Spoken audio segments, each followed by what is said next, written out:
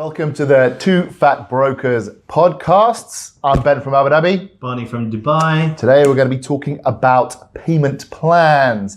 Obviously in the off-plan market, the off-plan market's being a little bit tricky for developers at the moment. So they're working on ways to get people back to buying off-plan. And one of the powerful tools at their disposal are payment plans. If someone can get a good payment plan out there, they're more likely to sell the product. So what are these payment plans? What do they really mean? Which ones are good? Which ones aren't good? What should you try and look for? It's what we're going to be discussing today. So we could go through the boring ones first, but we thought flip it around and kind of do some of the interesting ones first up and then come to the sort of more vanilla ones later on. So we're going to start with post-handover payment plans. I think they've been doing them for a couple of years now. They have gone all the way up to 8 years post-handover payment. I have heard of the Great White Rhino that is a 10-year post-handover payment, but I don't know. It's like a unicorn. It is like a unicorn. I was going to make a joke. There's a stick stuck on a horse's head. But I don't know. I think it was a rumor. But 8 year post-handover payment plan is a big one. They tend to be around 5 years. That's really where I think you'll find most of the developers are doing now. They've obviously done their maths and decided that they can afford to bankroll. So what is it? What's a post-handover payment? A post-handover payment plan is when you pay a certain amount, receive the keys of your unit, and then pay the remaining amount over X amount of years after you have taken the keys for your property. Do you get a title deed? No, you will not get a title deed until you have paid the full amount. You will also obviously have had to have paid your Okud fee, which is a pre-handover registration fee, and that's how you'll get your Ijaris. Do you get an Okud title deed? No, you get an Okud receipt. Okud receipt. So your Okud receipt is proof that you paid your 4% property registration, which you will need for your Ijari to connect your DIWA and your due and things like that. So what are you generally seeing in terms of, on handover, what do people have to... You don't need an Ijari for that. You'll need your 4% Okud for your Ijari if you're going to lease it, which they will then need to get their due. You will just need your 4% Okud to get your DIWA and everything connected. Okay. So what are you seeing in terms of the amount that people have to pay on handover? Are we still talking 25%? Is it 30, 40? It varies hugely. Yeah. It varies hugely. There is no hard and fast rule. Okay. Varies hugely. So let's say for ease of reference, you've got to pay 30% on handover.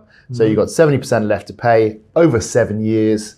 10% a year. So this basically means that you don't have to go to a bank to get a mortgage. It is an interest-free short-term property loan. Yes. Well, short term, I mean 7 years, 10 years. It's Short-term for a mortgage. Yeah, that's fair. You can get mortgages for those shorter terms. So in terms of the benefits to a buyer as against the negatives, what are they? The benefits are that we have a large proportion of buyers here in Dubai like to buy outright in cash. It is very well, as far as I'm aware, it's very much a Middle Eastern thing where people like to buy in cash. They do not really like mortgages. This gives them the opportunity to buy in cash over a longer period of time. It also means once it's handed over and you've leased it out, you can then use the rent to help you pay those final payments. Yeah, and so I guess the negative in terms of a buyer, from a buyer's perspective, is your payments are going to be a lot fatter than a mortgage. Yes. Yeah, I mean your lump sum payments will be much bigger than a mortgage over 25 years, obviously.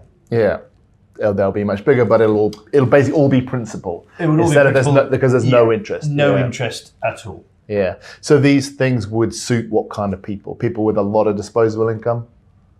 No, they would suit investors. I mean, if you've got a lot of disposable income. Many investors buy cash?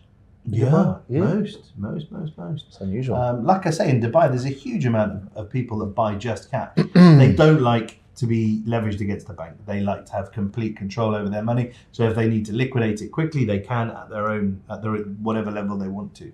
Okay. And also it means that if the property is vacant for any period of time, they don't have a bank breathing over their neck. So they believe it gives them a little bit of extra time to try and get that extra rental premium. Okay. So it would suit someone who's got, because so let's say you've got your average gross yield on a property is about 7%. Let's say, for example. So if you're going to be paying, on a short term, so some people are offering like that's three-year post-handover payment plans. You're going to have to come up with 25% a year. I mean, that's a huge chunk. But the longer post-handover payment plans are more attractive because you've got the smaller chunks, so you can rent the property out, get your 7% yield, and then use that 7% to pay a good chunk of what your post-handover payment plan's requiring of you. Correct. Yeah. So but as an investor, you're still going to have to pay money in, but everything that you pay in is all principal, it's all being paid off. You'll find obviously that potentially people are buying more units because they have that payment plan which eases the burden. Also, they understand that they'll be getting an income from the moment it's handed over, so they can actually do their maths. And as we mentioned in a previous podcast, if you're buying in the first phases of launches, you're buying for less than what the market price would be for a finished unit, and then you're paying even less from your pocket because you have a tenant helping you with those final payment plans. So from an investor's perspective, their gross price for the property is coming down and down and down and down from their own pocket. Although it should be noted, people are using really attractive payment plans to get people to buy their product, which means that one of two things: either there's not many buyers in the market, or their product is being sold at a slight premium.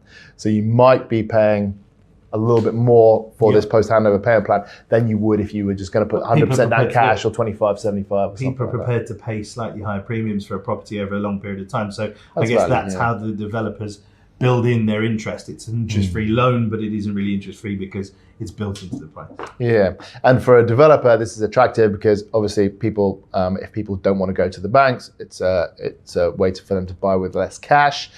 For developers, it's unattractive because it means they don't sell their building for the 5 or 7 years where they don't sell it in its entirety, and the developer will still have to be paying interest. Now, a development loan is probably about 6% unless you're a very, very well known and well-liked developer.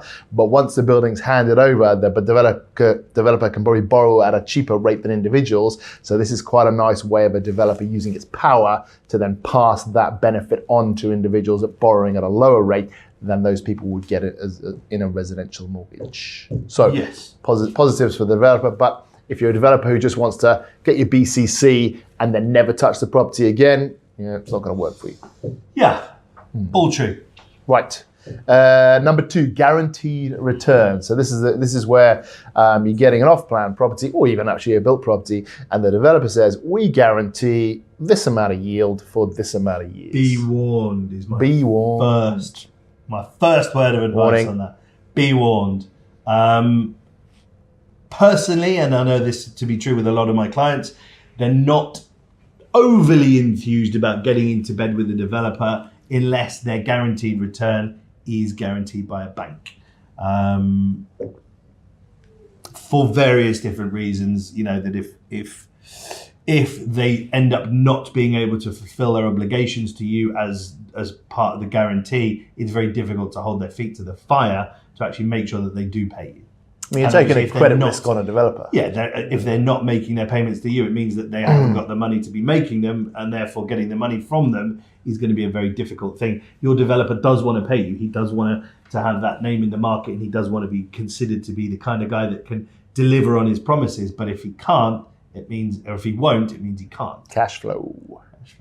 Well, do you ever get the situation where you buy and so they guarantee it for 3 years and they give you 3 checks when you buy? We have products like that at 8% at the moment. Right. With 8 years, 8%, and they'll give you all the checks for 8 years in advance.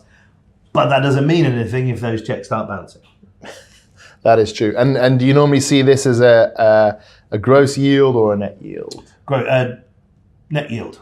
net. all Wow, that's done amazing. net. Because if you're doing it gross and the developer has control over the service charges, they can claw it's back gotta a be bit net. there. It's got to be net.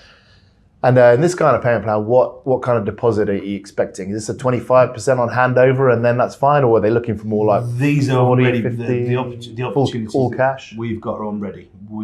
I don't know. But how much would you have to pay, or would you finance it? You pay the full amount, and then so it's predominantly done in hotel. Of course, it's pools. not post handover. Yeah, it's predominantly done in hotel transactions, whereby the operator knows that they can lease out the unit, make a percentage on top, and then guarantee the rest back to you. So, from a buyer's perspective, guaranteed return, if you can get a mortgage on it, is incredibly good, because if you can borrow from a bank at 4%.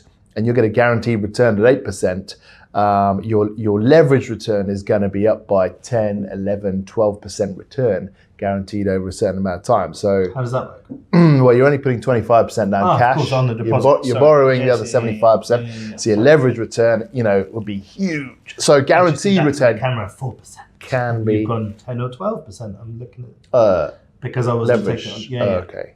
Yeah. I mean, borrow at 4%.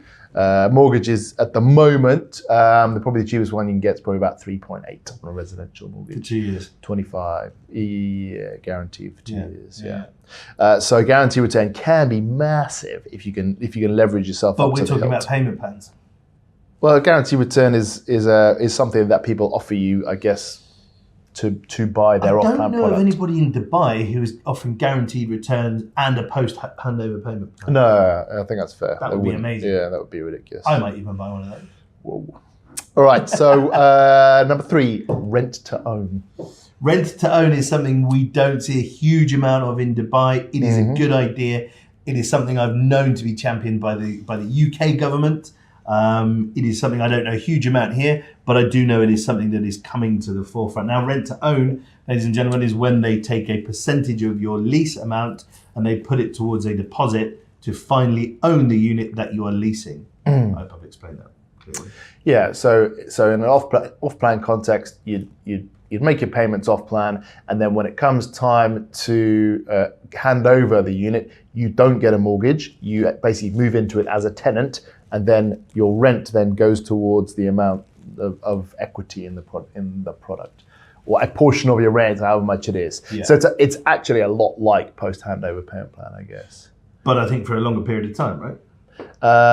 No, often shorter, because what they're trying to get you to do is, so there's, in the ideal way, you'd put down, let's say, over the off plan, you'd only put down 10%. So you don't have 10% in it once you moved in. Your deposit. Yeah, which is your deposit. Yeah, but 10% is not enough. So what you then do is move in for 3 years, adding 5% to that over the next 3 years. Yeah. Then you'd be in a position to mortgage it, then you mortgage it. Okay, so it isn't for the full amount, it's just until you paid your deposit. No, so rent to own, they're basically trying to get you in there on a low amount. Yeah. Because you don't have a big deposit, and then your rent then builds up your deposit. So for the first 3 years, let's say you're paying back for argument's sake, the 10% of deposit that you were short. For those 3 years, is your rent going to be higher than the market rent? And then once you've mortgaged it, you're then obviously your monthly payments will come down, or is it structured in a way that your monthly payments would never really change? It's in line with whatever mortgage you get, that last 10% you're paying to the developer. So the developer doesn't care about what mortgage you get, and that'll depend on your ability to pay. So the developer will probably charge you market or slightly above market. They might even charge you on top of that service charges, because that's what the developer's paying, in theory, for the upkeep of the building. But it'd be structured in such a way that at the end of the 3 years, you'd have at least 25% equity in the building, and you can get a mortgage. So that's why the developer sort of then doesn't get its 100% for those 3 years, but it's got someone guaranteed in there to buy it at that time. So they know after 3 years, and paying the service fees for the building. After 3 years, they'll be able to sell the whole thing. Yeah.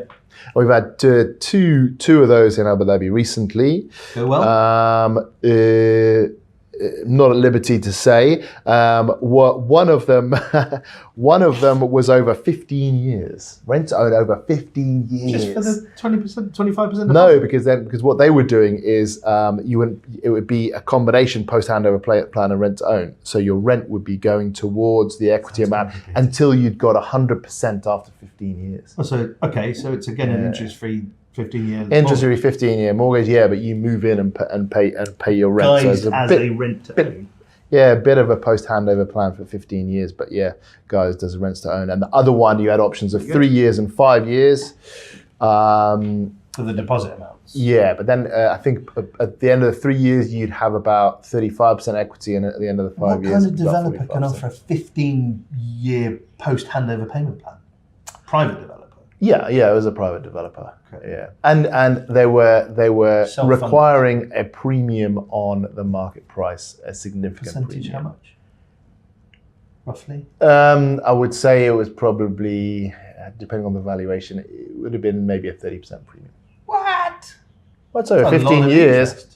Well, it's over 15 years, right? So you're not paying any interest for 15 years. You are, but it's... And you're not really paying any rent because all your rent's going into the... But you're paying a premium of 30%, which is their interest on the loan that they're giving you over 15%. Yes. Over 15 years. Yeah, but 30% over 15 years it's only 2%.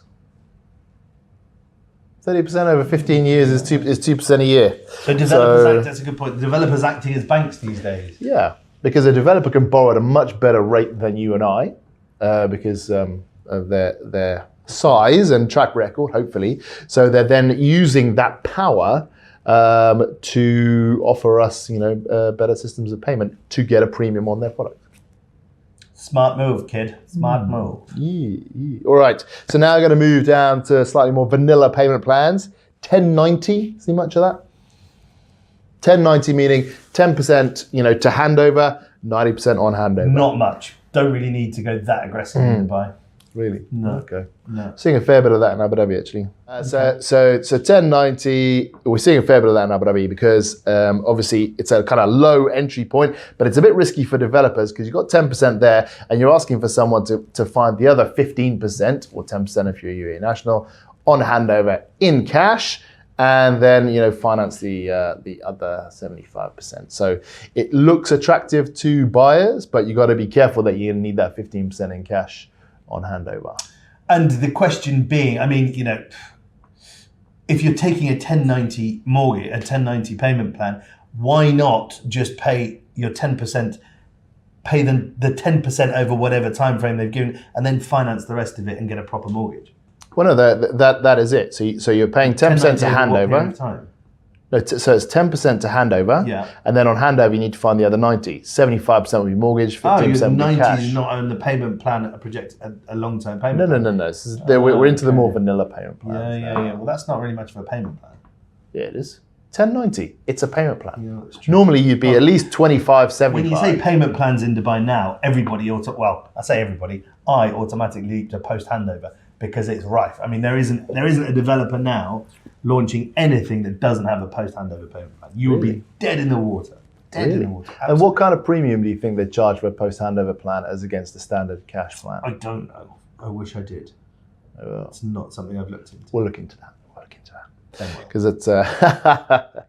that's interesting. So another one, 1% a month. See much of that? Yeah, see some of that from the smaller developers. Absolutely. I won't mention. I'm not allowed to say who the smaller developers are, but it is a great way for them to be able to entice people in. It's also a very affordable way to buy a house. Very affordable. We're seeing some of that. Not a huge amount, but definitely some. Yeah, and actually it's probably pretty good for the developers as well because they're getting like a regular stream of income, and it's smaller bites. Obviously, 1% per month is probably still going to be more than a mortgage. But you'll see a fair bit of it. And then, so this is during the handover period, or is it post-handover? People who wouldn't necessarily be able to get a mortgage, like self-employed. Blah, blah, so you'd see this post-handover as well as during construction, 1% a month? I don't know. Yeah, I've only ever seen 1%. It's not. Well, we've seen more of his 1% during the construction phase. So 1% during the construction phase for 25 months, and then you post-handover from, I think it was Danube. I think they've done post-handover 1% a month. Yeah. Yeah, Okay. So that's a bit of a rent own, I guess, or it could be post handover, There are depending which way you many structure it. guises, but yeah. Yeah. Okay, so they're the main ones we see in Abu Dhabi. You seeing anything else in Dubai that we've not covered? No, I mean, I think we've covered pretty much all of them. Yeah, I mean, like I said to you, the only thing that I think is different from Dubai and Abu Dhabi is that if you're a developer now and you're not offering a post-handover payment plan, you're not competing. You're not competing. I mean, there's that many people who would rather use cash than a mortgage. I think you said that, right? There's a lot of cash buyers. There's a lot of cash buyers. Yeah, we don't see nearly as many cash buyers in Abu Dhabi. Yeah, I think it's a mindset that's been in Dubai. I've been here 11 years. It's a mindset that surprised me at first because I was working in the real estate market, the property market in the UK for 10 years before that, and no one bought cash. I think in 10 years I probably sold two properties cash. Yeah. Then I came here and everything was cash. Finance is viewed in a very different way here in Dubai. Okay, interesting. Well, so handover plans are a huge part of real estate in the UAE, whether it's Dubai or Abu Dhabi. It's a great way for developers to use their own, financial power to help buyers. It's an encouraging sign for developers as well that they actually have that kind of liquidity within their company that they can afford these kind of handover plans. Yeah, or the relationship with the banks as well. Look out for new payment plans near you. If you see any, let us know. We'd love to delve into them and talk about them. Hope this podcast has been useful. Yeah, we've been Two Fat Brokers. I've been Ben from Abu Dhabi. Barney from Dubai. Thank you for being with us. See you next time.